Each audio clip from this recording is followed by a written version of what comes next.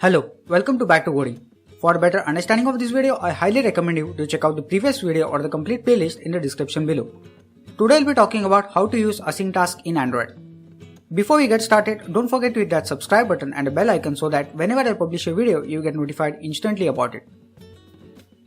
To use the AsyncTask class, define a subclass of AsyncTask that overrides the doInBackground method and usually the onPostExecute method as well.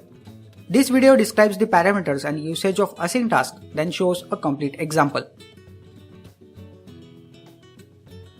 In your subclass of AsyncTask, provide the data types for three kinds of parameters. Parent specifies the type of parameters passed to doInBackground as an array. Progress specifies the type of parameters passed to publish progress on the background thread. These parameters are then passed to the onProgressUpdate method on the main thread. Result specifies the type of parameter that doInBackground returns. This parameter is automatically passed to onPostExecute on the main thread. Specify a data type for each of these parameter types or use void if the parameter type will not be used. For example, in this class declaration, the parent's parameter type is string, which means that my AsyncTask takes one or more strings as parameters in doInBackground, for example to use in a query. The progress parameter type is void, which means that my AsyncTask won't use the publishProgress or onProgressUpdate methods. The result parameter type is bitmap. My AsyncTask returns a bitmap in doInBackground, which is passed into onPostExecute. The example shown here goes through three of the four basic AsyncTask steps.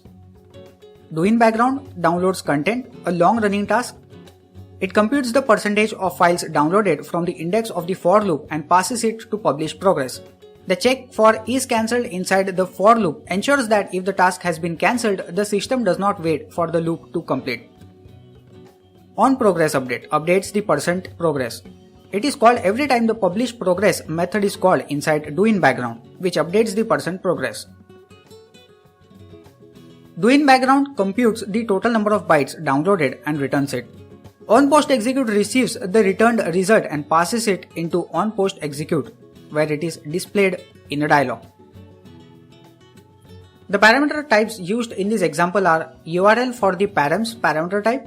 The URL type means you can pass any number of URLs into the call, and the URLs are automatically passed into the doInBackground method as an array. Integer for the progress parameter type. Long for the result parameter type. Don't forget to check my other videos which can be helpful to you.